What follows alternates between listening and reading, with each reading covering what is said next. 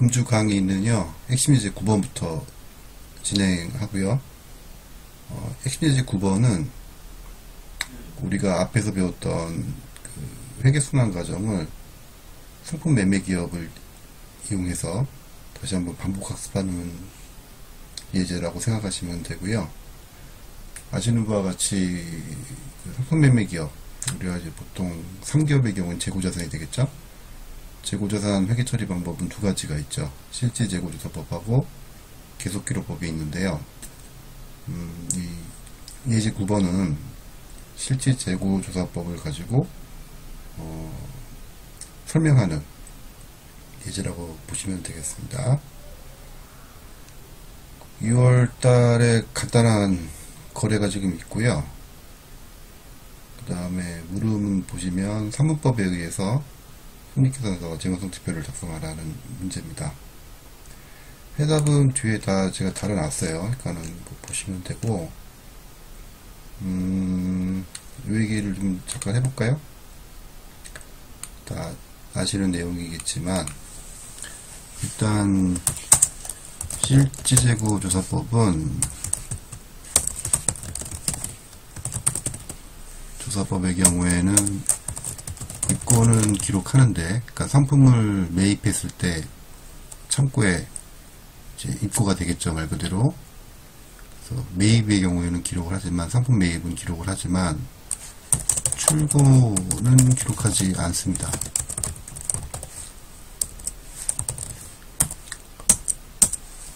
기록상으로 매출원가가 없다는 얘기죠, 쉽게 말씀드리면. 자, 그 다음에 계속기록법의 경우에는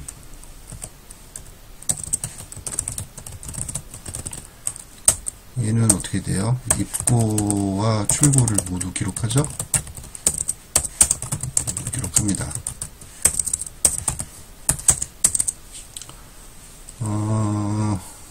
그래서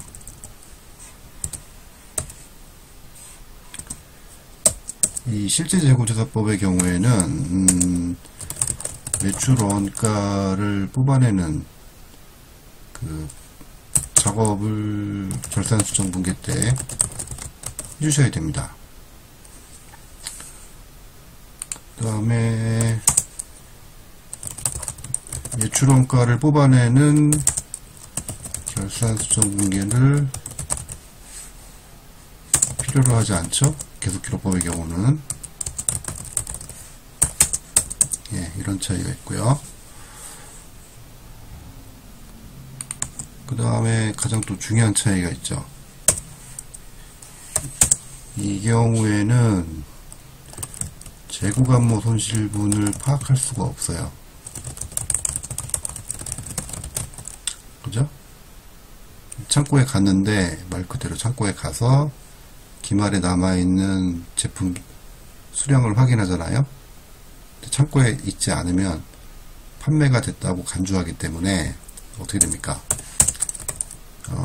재고 감모손실분이 있게 되는 경우에는 매출 원가가 과대 계상되는 문제가 생기죠. 이 얘기는 결국 다시 말씀드리면 재고자산 관리라는 측면에서 보면 재고자산 관리라는 측면에서 보면 부적합한 방법이라고 보시면 될 것 같아요. 이 실제재고조사법의 경우에는. 자, 이 정도로 일단 간략하게 말씀드리고, 대부분의 내용은 제가 여기 강의 노트 적어 놨어요. 이거 쭉 한번 읽어보시면 될 것 같고, 자, 매출원가를 역산해서 계산하죠. 실질재고조사법의 경우는. 그 다음에 요건데요. 요거 동그라미 1번부터 여기 이제 결산수정분계 할 때 우리가 앞에서 마감분계 3단계로 처리했잖아요. 맨 처음에 그 수익계정의 잔액들을 모두 손익계정으로 집합을 시켰죠. 그 다음에 두 번째 단계에서는 비용계정의 잔액들을 모두 또 손익계정으로 집합을 시켰고, 그다음 마지막 3단계에서 손익계정의 잔액을 이익잉여분기적으로 대체를 시켜버렸죠. 그와 같은 이치라고 생각하시면 될 것 같습니다. 그래서 결산수정 분계를 할 때 마찬가지로 3단계로 진행을 하는데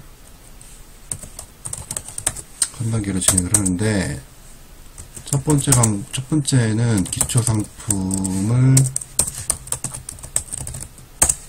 매출원가로 모두 대체시켜 버리죠. 이렇게 되면은 기초 상품 잔액은 모두 0이 됩니다.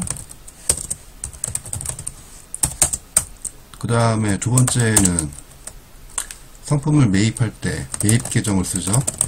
실질재고조사법의 경우에는, 계속기록법의 경우에는 상품 계정을 씁니다. 그 차이가 있어요. 마찬가지로 이 매입 계정의 잔액도 모두 매출원가 계정으로 대체를 시킵니다. 따라서 매입 계정 잔액 역시 모두 0이 되죠. 자, 여기서 끝나게 되면 기초상품과 매입 계정 잔액이 모두 매출원가 계정으로 대체가 됐기 때문에 이 의미는 상품이 모두 팔렸다는 의미가 됩니다. 상품이 모두 팔렸다는 의미가 돼요. 근데 팔리지 못하고 남아있는 상품이 창고에 있을 수 있죠.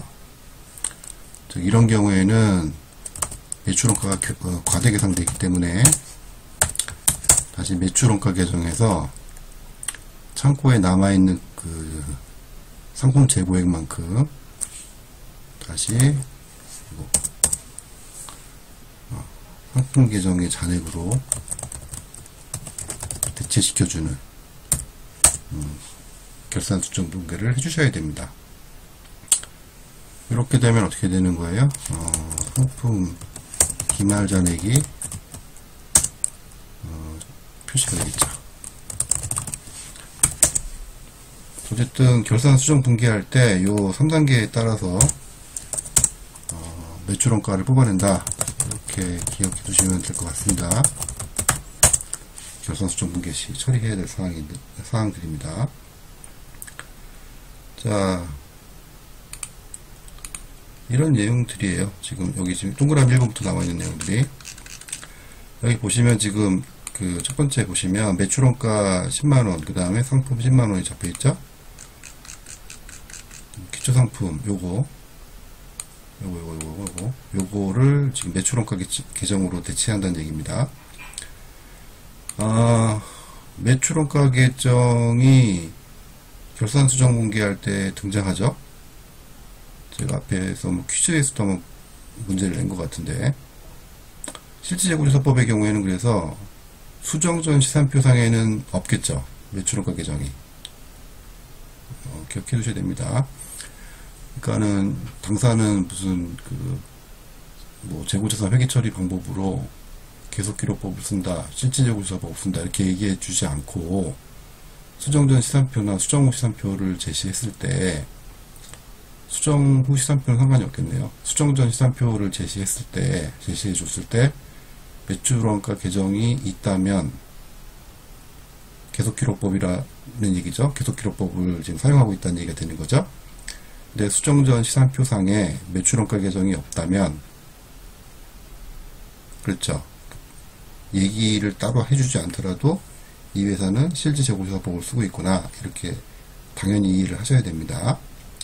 다만 결산 수정 분계를 하게 되면 이 실질재고조사법의 경우에도 지금 말씀드린 바와 같이 매출원가 계정이 지금 등장하잖아요. 따라서 계속기록법이나 실질재고조사법이나 수정 후 시산표상에는 매출원가 계정이 있는 거죠. 자, 알고 계셔야 됩니다.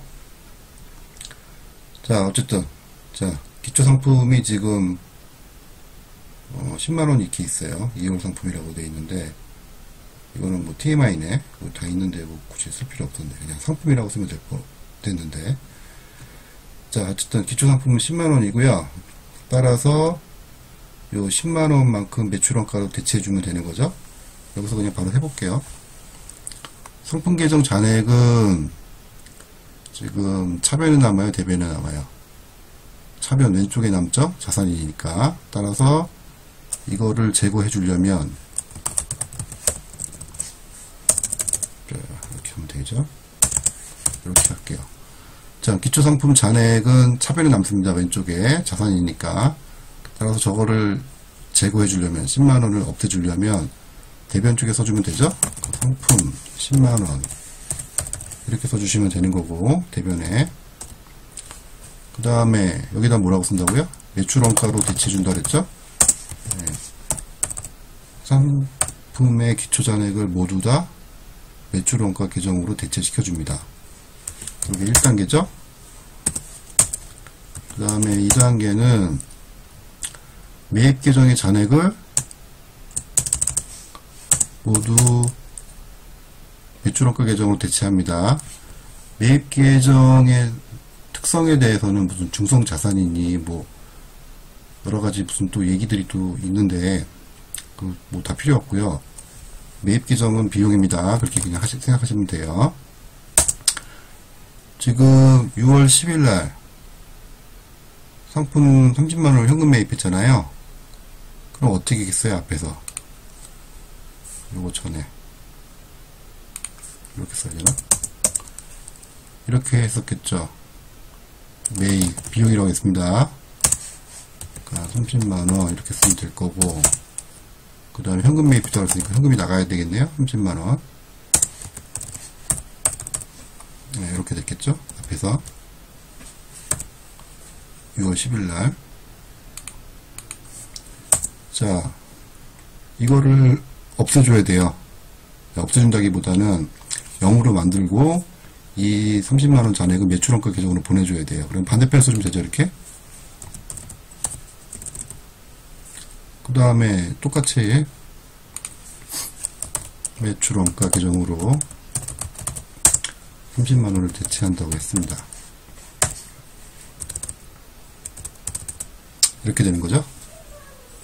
그러면 이하고 얘는 이제 샥샥 없어지죠. 그죠? 네. 그래서 이런 애들을 뭐라고 그래요? 우리 앞에 그 집합손익 계정도 마찬가지입니다만, 매입 계정, 임시 계정이라고 하죠. 계정. 자, 됐고요. 어쨌든 이게 뭐 이거는 중요한 거 아니고, 중요한 건 이겁니다. 1단계, 2단계. 그 다음 3단계에 들어가면 6월 30일 날 보시면 기말 상품 재고액이 20만원이 있대요. 이렇게까지 그냥 1단계와 2단계로 끝나버리면 매출원가의 잔액이 40만원이 되죠. 지금 10만원, 30만원이니까. 그러니까 40만원어치만큼 팔았다는 얘기가 되는데, 전부 다 판 거죠. 기초 잔액이 10만원 있고, 매입 계정 30만원 있으니까, 판매 가능한 상품액은 40만원이 있는 거잖아요, 지금. 40만원이 다 팔린 거라고 지금, 팔린 거가 되는 거죠. 이걸로 이제 분기가 끝나버리면. 근데 실제로 보면 다 팔린 게 아니죠. 20만원 남아있잖아요. 20만원만 판 거죠, 결과적으로. 그러면 매출원가 40만원으로 하면 매출원가 계정 잔액이 과대 계산되므로 당연히 얘를 줄여줘야 됩니다. 얘를. 줄여주려면 어떻게 하면 돼요? 반대편에 써주면 되죠? 매출원가라고 써주고요. 얼마큼 줄여줘야 돼요? 40만원에 20만원이니까 20만원 이라고 써주면 되겠네요. 그 다음에 여기다가는 상품 잔액 20만원 기록을 해주시면 되겠습니다.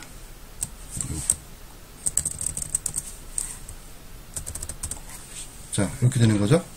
이렇게. 그래서 이거는 이제 필요 없으니까 지우고, 이렇게 해서 1단계, 2단계, 3단계 이렇게 실지 재고 조사법의 경우에는 매출원가를 뽑아내는 결산 수정 무게를 해주셔야 됩니다. 자, 지금 42페이지까지 그런 내용들이고요. 쭉 한번 보시면 되겠습니다. 네, 일단 그 얘기 드리고, 그 다음에 결산 수정 붕괴도 붕괴니까 원장에 전기해 주셔야 돼요. 이건 뭐 계속 말씀을 드리고 있습니다. 네, 쭉 해주시면 되고요. 일단 생략하겠습니다. 나머지는. 그 다음에 재무제표를 이렇게 이제 만들면 되죠.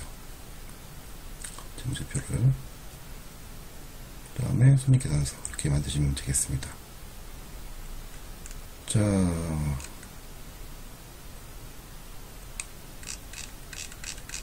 그리고 이하는 넘어가고요. 마감 이런 거 다 넘어가고요. 예, 종합예제 상품매매기업 재무제표 작성 보겠습니다.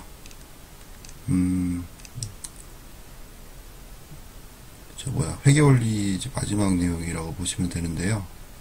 이거 하려고 지금까지 회계순환 과정 했다고 보셔도 무방하겠습니다. 이 외제 정확하게 이해하시면 됩니다. 상품 매매 기업을 가지고 현금이다. 회계순환 과정을 이제 정리를 이제 마지막으로 할 건데요.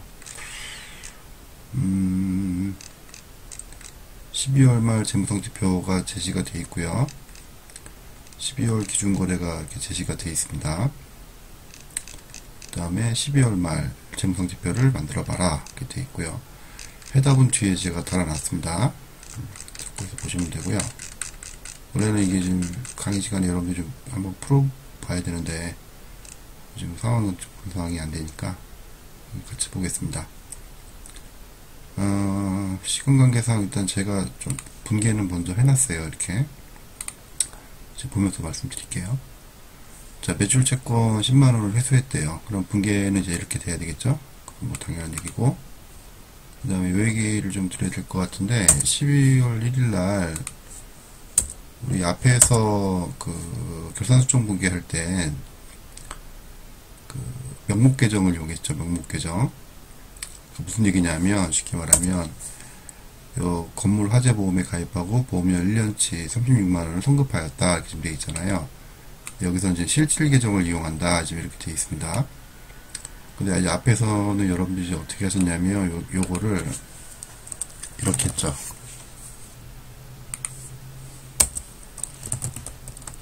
보험료 36만원 그 다음에 현금 36만원 이렇게 했죠.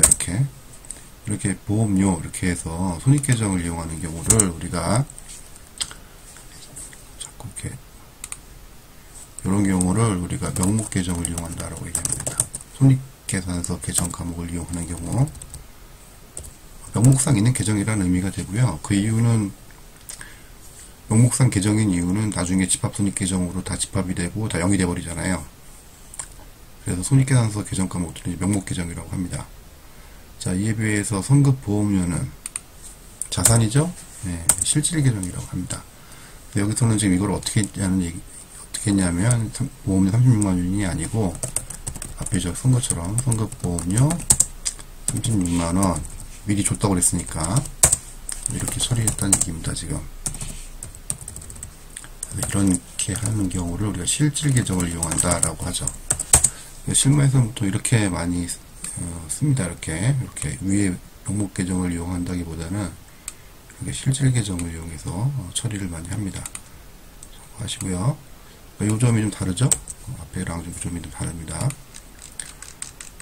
자, 그 다음에 자, 여기 소모품 자산 처리하죠. 앞에서 한 경우와 같은데 다만 조심하셔야 되는 거는 여기 지금 소모품 기초잔액이 5만원이 있어요. 따라서 지금 12월 2일날 소모품 35만원을 추가로 매입했기 때문에 사용 가능한 소모품은 총 40만원이 되는 겁니다. 기억하시고, 그 다음에 12월 3일날 상품 45만원을 외상 매입했다 이렇게 되어 있죠. 여기는 지금 우리 지금 계속기록법이 아니고 뭐였지? 생각이 안 나네. 예, 실질재고조사법. 실질재고조사법을 쓰고 있기 때문에 계정 과목을 여기 보시는 바와 같이 상품 계정이라고 쓰는 게 아니고요. 매입 계정이라고 쓰셔야 됩니다. 그 다음에 뭐 나머지는 특별히 뭐 말씀드릴 게 없어요.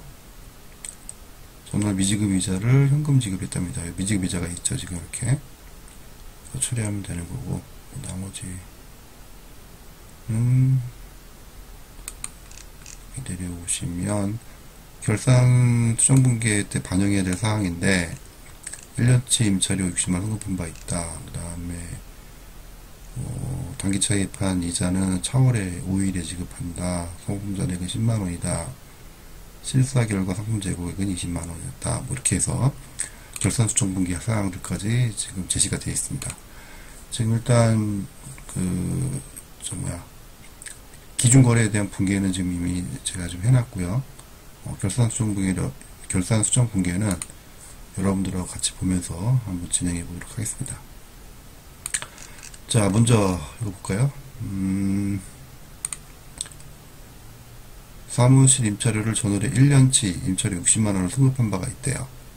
그러면 지금 1년치니까 60만원 나누기 12개월 하면 한 달치는 5만원이네요.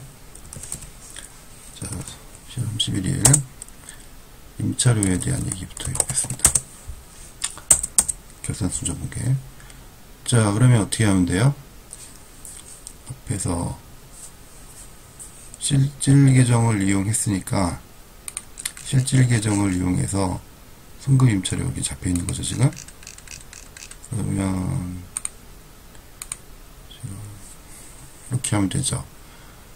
11월 달에 5만원만큼 인식을 했으니까, 자, 여기 보세요, 다시. 자, 60만원인데, 11월 한 달치에 대한 임차료를 인식했겠죠, 5만원을. 나머지 11개월치에 대한 선급 임차료가 잡혀 있는 거잖아요, 지금. 근데 12월 달도 끝났죠. 그러면 여기서 5만원을 한 달치, 12개월 한 달치 임차료 5만원을 차감을 해줘야 되는 거죠. 차감해주지 않으면 자산 계정이 과대 계상되잖아요. 그죠?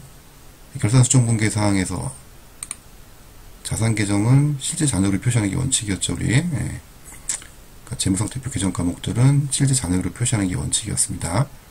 따라서 요거를 지금 55만원 11개월치에 대한 선급 임차료를 10개월치로 잔액이 남도록 수정하는 결산 수정 분기가 필요하겠습니다. 그럼 이렇게 하면 되죠. 뭐 썼네 벌써. 이렇게 쓰죠 뭐 그냥 이미 썼으니까. 이렇게 하시면 되고, 그 다음에 선급 임차료 5만원 이렇게 해주면 선급 임차료 55만원에서 12월달 임차료, 선급 임차료 5만원 한 달치가 빠지죠. 따라서 잔액은 이제 50만원이 되겠죠. 나머지 10개월치에 대한 임차료. 자, 이해되시죠? 자, 그 다음에 전월에 100만원을 단기 차입한 바 있고 매월 이자는 10%인데 다음 달 5일에 지급하고 있다. 그러면 이 얘기는 뭐예요? 이달치 이자 비용을 인식하라는 얘기죠, 지금. 네. 얼마예요, 지금? 100만원에 10% 들어있나요, 아까? 네. 그럼 10만원이네. 그죠? 근데 지금 현금 주는 게 아니죠. 다음 달, 그러니까 1월 5일날 10만원이 나가기 때문에, 여기서는, 미지급, 이자 비용으로 10만원을 인식하면 되겠습니다. 여기 지금 제가 미지급 이자라고 썼는데 이거 못합니다. 미지급 이자 비용이라고 해주셔야 돼요. 자, 이렇게 해주시면 되고, 그 다음에 이거죠. 소모품 잔액이 지금 10만원이 남았죠? 그러면 이것도 처리를 해줘야 되겠네요. 지금 아까 우리 이야기 했습니다. 여기서 잔액은 5만원이 있었고, 여기 잔액은 5만원이 있었고, 그 다음에 당월에 추가로 매입한 그 소모품이 35만원이니까 사용 가능한 소모품은 지금 총 40만원이죠. 40만원인데 지금 10만원만 남았다고 하니 30만원만큼 줄여줘야 되겠네요. 40만원이 잡혀있을 테니까 지금. 그죠? 그럼 어떻게 하면 되겠어요? 일단 이렇게 되나? 소모품 10만원 남아있다고 했으니까 30만원만큼 줄여주면 되죠. 지금 소모품 자산 잔액이 차변에 40만원이 기록이 돼 있을 거 아니에요. 그러니까 30만원만큼 줄여주면 10만원만 남겠죠, 잔액은. 그 다음에 여기 차변 쪽에는 소모품비해서 30만원 이렇게 해주시면 되겠습니다.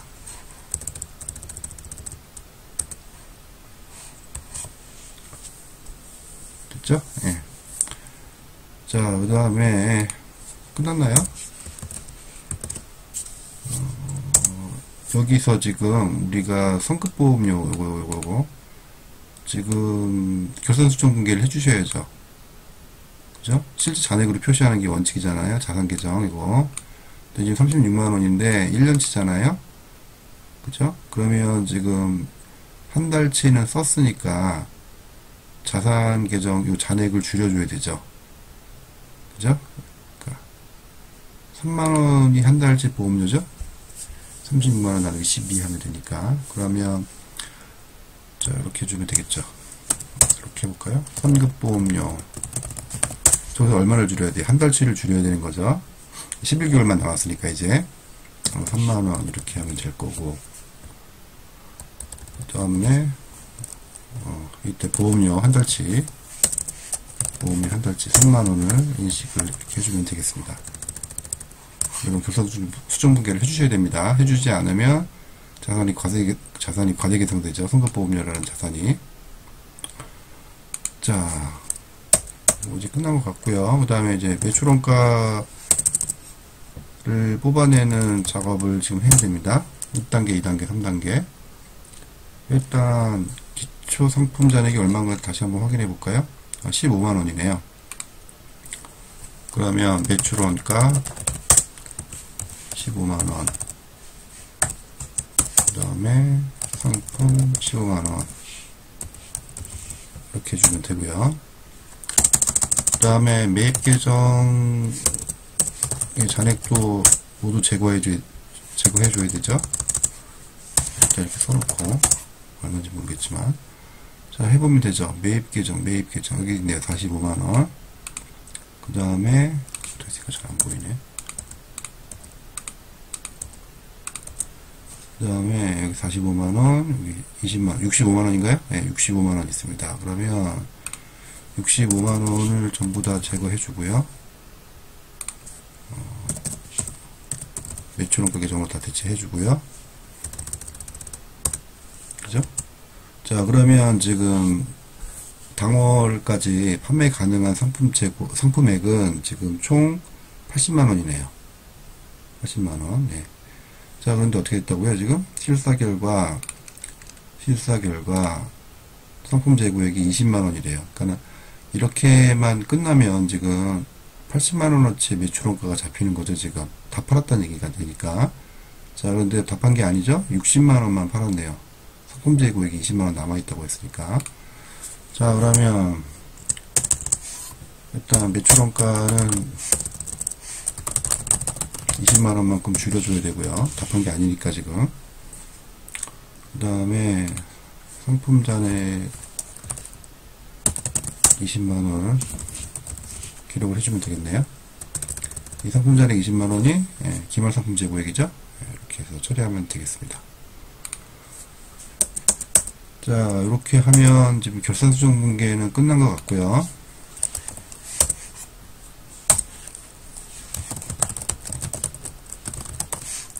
자, 결산수정분계는 이렇게 해서 끝난 것 같고, 그 다음에 이제 마감분계 한번 해볼까요?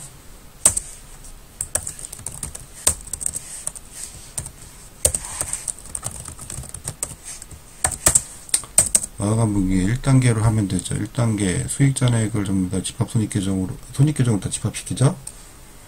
매출이 있었던 것 같은데 매출 외에 뭐 다른 수익은 없었습니다. 지금 아까 보니까. 자, 오른쪽 대변 항목들만 쭉 찾아보면 되죠. 매출 20만원 있고요. 여기 지금 매출 30만원 있네요. 총 매출은 50만원이고요. 대변에 매출 잔액 50만원이 잡혀 있을 겁니다. 자, 제거해주면 되죠. 매출 차변 쪽에 20만원, 50만원 이렇게 써주면 매출 잔액 0이 되고요. 요거는 다시 손익계정으로 50만원을 대체시켜주면 되겠습니다. 두 번째는 비용 계정을 손익 계정으로 집합시켜야 되죠. 비용 계정은 모두 차변에 있기 때문에 이쪽에다 써주면 다 0이 되겠죠. 뭐 있어요? 일단 급여 있고, 급여가 50만원. 그 다음 또 뭐냐? 임차료 5만원.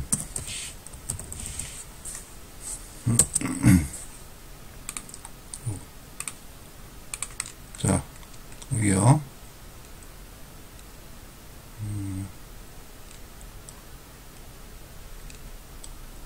자, 다시 볼게요. 자, 비용 찾아보세요. 비용. 급여이기 50만원, 이거.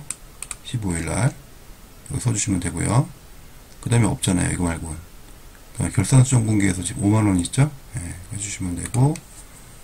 그 다음에, 계속 불러볼까요? 이자 비용. 10만원 잡아놨고. 그 다음에 또 뭐 있어요? 스모품비. 그죠? 스모품비가 지금 30만원. 3만원이 아니고 30만원. 자, 그 다음에 보험료 있죠. 보험료 3만원. 그죠? 그럼 다 된 건가요? 그러면 손익계정 합계액은 얼마냐? 더 해볼까요? 자, 50만원 하고 15만원 하고 33만원이네요. 그러니까 98만원입니다.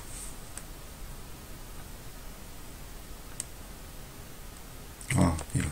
매출원가를 안 했네요. 어찌지 금액이 장난인데. 매출원가도 비용이잖아요. 네. 깜짝 놀랐네.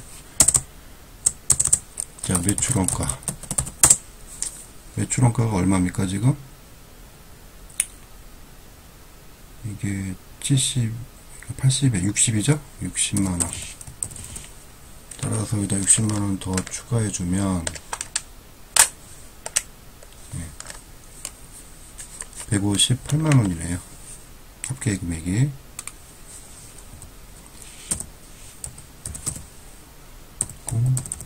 이렇게 되겠습니다. 이렇게.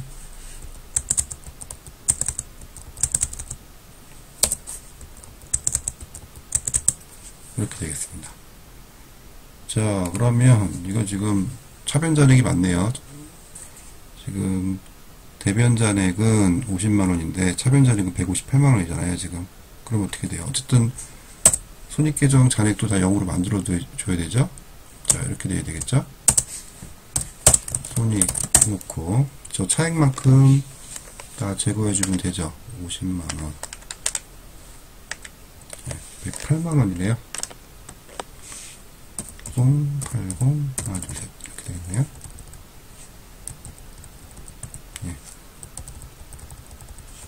그 다음에 요거는 어떻게 될까요? 네, 그렇죠. 이익이익금에서 제거해주면 되겠습니다. 이익이익금을 늘려주는 게 아니고 장사를 못해서 이익이익금을 오히려 지금 까먹고 있는 거죠. 네, 이렇게 처리하면 마감 분기까지 이제 분기는 다 끝났습니다. 지금. 네, 그러면 이제 문제가 뭐냐면 아까도 말씀드렸던 것처럼 12월 말 재무상태표를 작성하는 거잖아요. 그럼 뭐 이제 다 됐죠. 여기서 이제 어차피 그 재무상태표 개정 과목들은 다 잔액만 표시되기 때문에 이 지금까지 분기한 사항들을 다 더하고 빼주면 됩니다. 예. 자, 그러면 지금 현금이 제일 많으니까 현금만 한번 예를 들어서 제가 설명을 한번 해볼까요?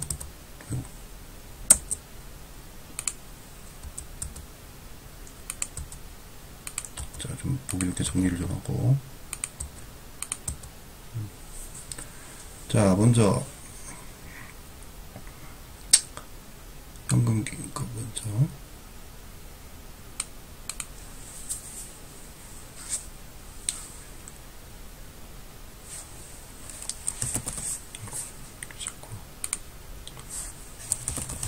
자, 현금 잔액이 얼마인지 계산을 해보시면 되죠. 먼저 어디 볼까요? 12월 1일 날 현금이 늘어났죠? 그 다음에 12월 1일 날 현금 36만원 줄었어요. 아, 물론 이제 기초 잔액이 500만원이 있는 거죠. 500만원. 자, 500만원이 있는 거고,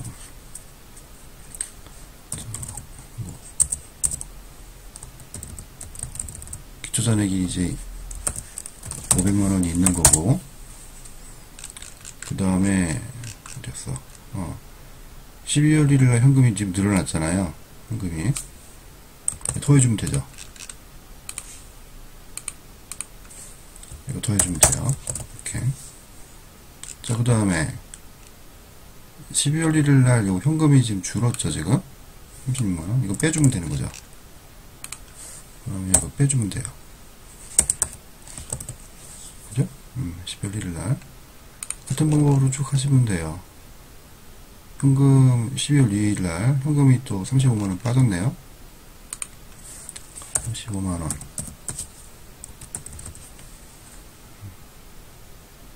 요거는 지웁시다. 그냥. 이렇게 하고 이렇게 하면 되죠.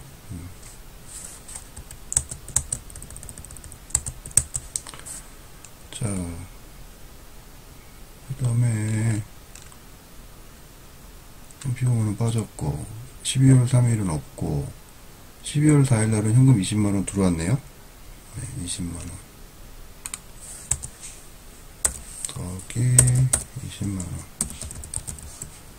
이렇게 하면 되고, 그 다음에 12월 5일 날은 현금이 빠졌어요. 10만원이 빼기 하면 되고, 그죠? 그 다음에 12월 6일 날도 현금이 20만원 빠졌네요. 빼기 20만원. 그 다음에 12월 7일 날 현금이 20만원 또 빠졌어요. 그죠?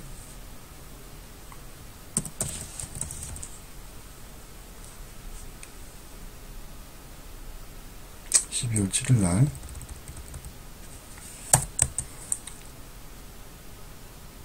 그 다음에 12월 15일 날 현금이 50만원 급여 때문에 또 빠졌어요. 50만원 빼주면 되죠? 이렇게 해주면 됩니다. 자, 이거 다 더하고 빼주면 됩니다. 다 더하고 빼주면 기말 잔액이 나오겠죠? 해보시면 359만원이 나올 겁니다. 자, 해답 바로 보시면은요, 다음 페이지에 이렇게 나오시면 돼요. 359만원이. 자, 나머지들도 다 마찬가지입니다. 더하고 빼고 하셔가지고 매출채권, 선급임차료, 선급보험료, 소모품 다 이렇게 계산하시면 되겠습니다. 자, 그 다음에 요 이익잉여금. 이익잉여금은 그 집합손익계정 통해서 그 손익과 비용을 잔액들을 다 처리를 해서 이제 이익잉여금 대체가 되잖아요. 그러니까 요거는 좀 계산을 해봐야 되죠. 앞에서 계산했지만 요거 가지고 이제 계산을 해봐야 되죠. 요거 가지고. 자, 그러면 계산을 해볼 것도 없네. 지금 이익잉여금 기초잔액이 얼마인지 한번 보시면, 잠깐만요. 여기서 일단 써놓고 이익잉여금 기초분이 얼마였냐면,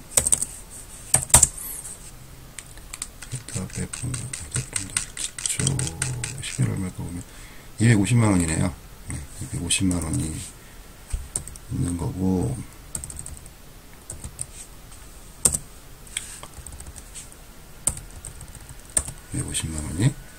자, 108만원만큼 빠지면 기말잔액이 남겠죠? 여기서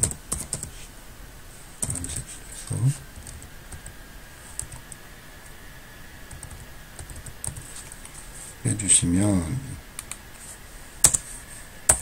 얼마가 나오느냐. 250만원 빼기 0.80 한 세트면 142만원의 기말잔액이 남겠습니다. 100